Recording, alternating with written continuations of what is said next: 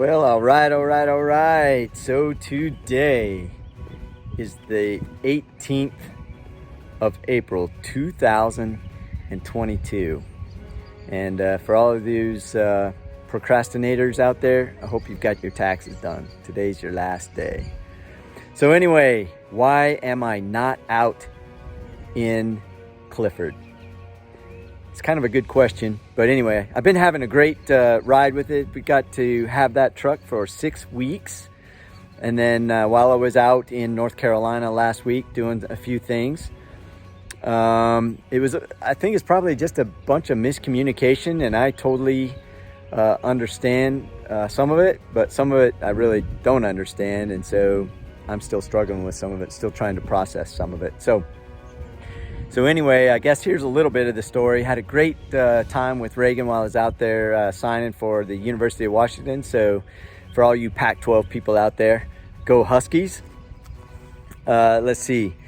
And while I was out there, which was approved by McElroy, I also had this coming up weekend approved because there's another event going on this weekend that I felt like I needed to be there at.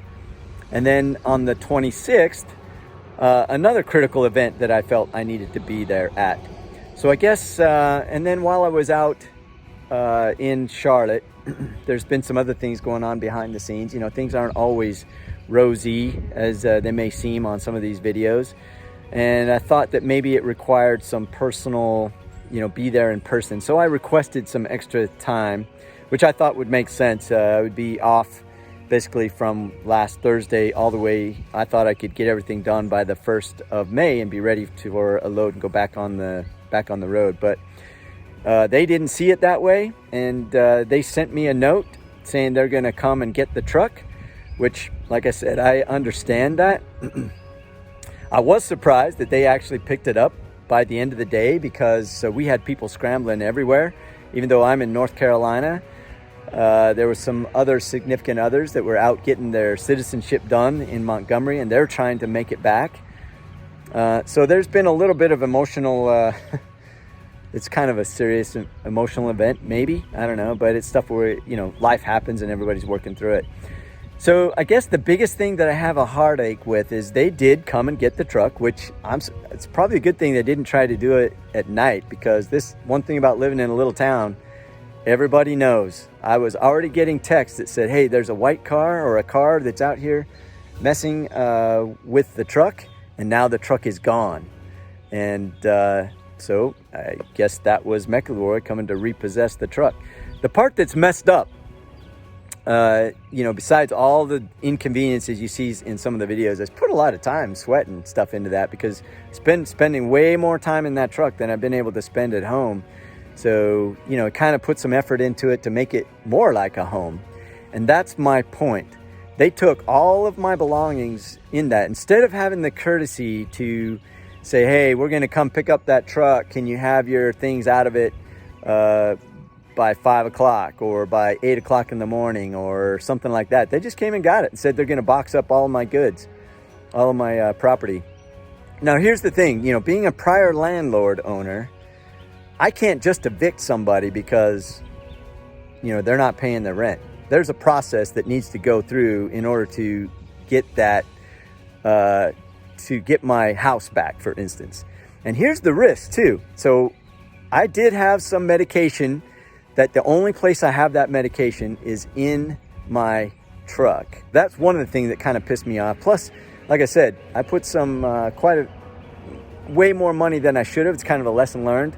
Don't make it like your home, because it's really not your home. It's like an apartment building.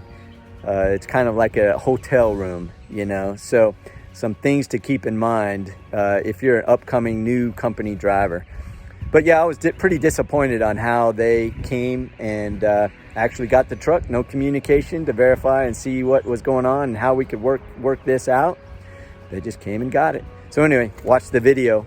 Have a great day and take care. Golly, this is crazy.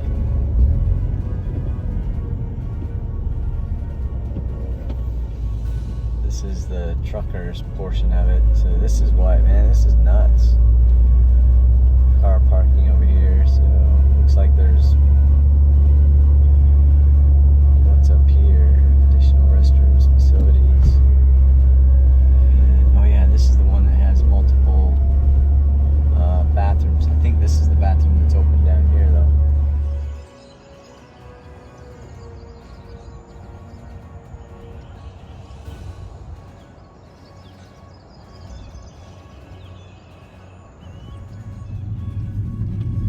There's one of those big guys.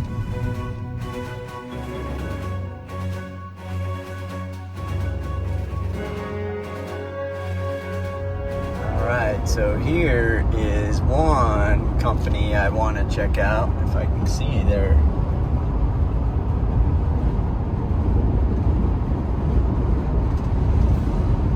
Those guys. Well, here it is. 1:30 on Friday, April 15th. So happy tax day to y'all out there.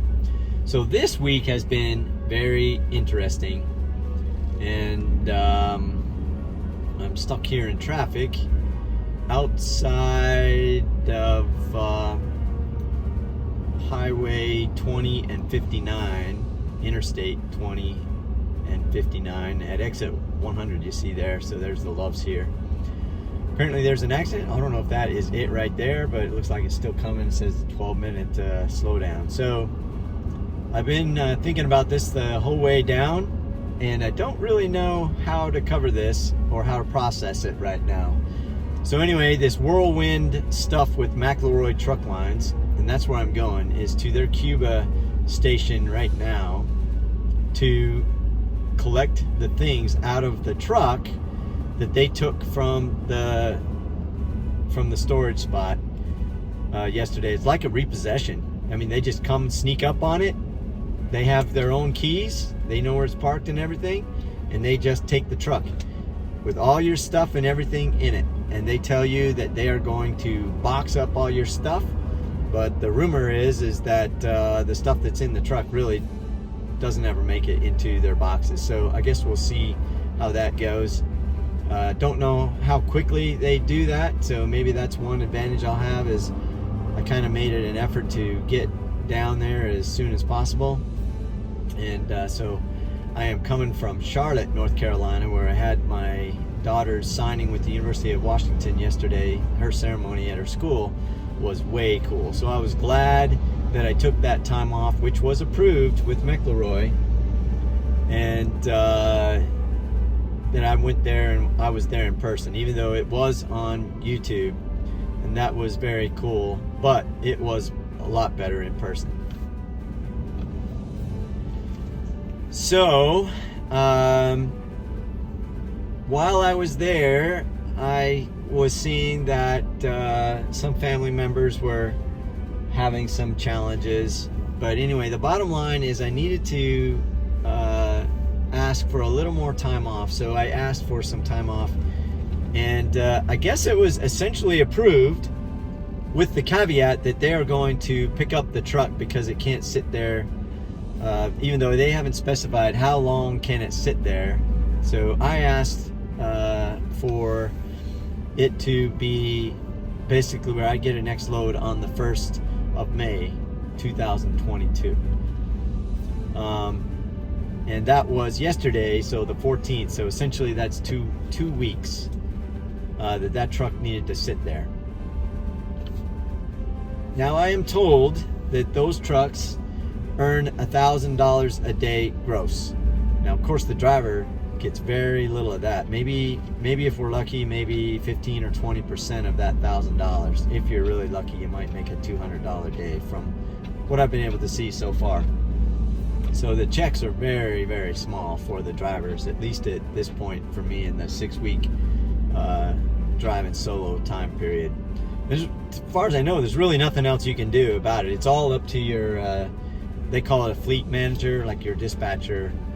But that's about what I can handle. So I mean that's about it. About the only thing I can do to make my life better is to be as fast as I can at those points when you need to secure and tarp your locations. But as far as I know, there really isn't anything else you can do to make more money. You know, you just gotta go with it. You know, so now I get to make almost a 300-mile drive each way. So around 500 miles each way down to Cuba, Alabama, to collect my things so that they don't just disappear, you know. So we'll see how that goes once I get down there. I should probably be down there sometime after 3. This is Central Time. So we'll see how that goes. Wow, check that out. So this is a great opportunity. Look at this. So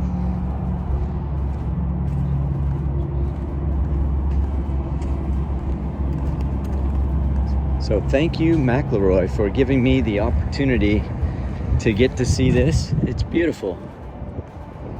Can't say I'm getting paid, and I can't say that I'm not pissed off that I have to spend 5 to 10 hours to drive all the way back to Cuba, where if you'd give me a couple times, I could have just taken all the stuff out of the truck right when it was across the street from my house. So good on you, McElroy. All right, so there it is, 3:20, and I am here to check out.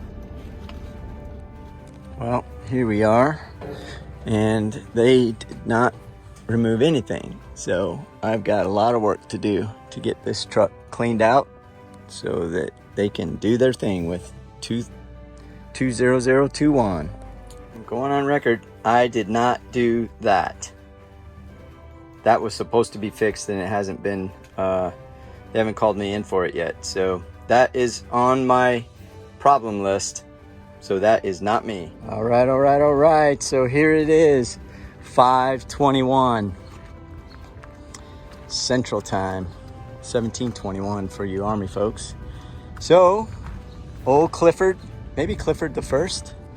We'll have to see. So, I have cleaned out the truck, and I will say that in the long run, it's been a good adventure to this point. I'm going on record that I did not do that. They're supposed to fix that. And these blinds are super hard to fix, but here's what an International looks like empty. Okay, so they have their key that they use to come and repossess the truck, and I am searching for, here they are. So there they are on record. That's where I'm leaving. April 15th. There are the keys they issued to me. That is the key they used to come repossess it, and they can keep it. So this is what it looks like inside an International. This is what I had them put back in to your table. That part is a little bit of a pain. This is your only drawer. I don't know what those go to. But, all right. So Bye Bye Clifford. All right, so there she is.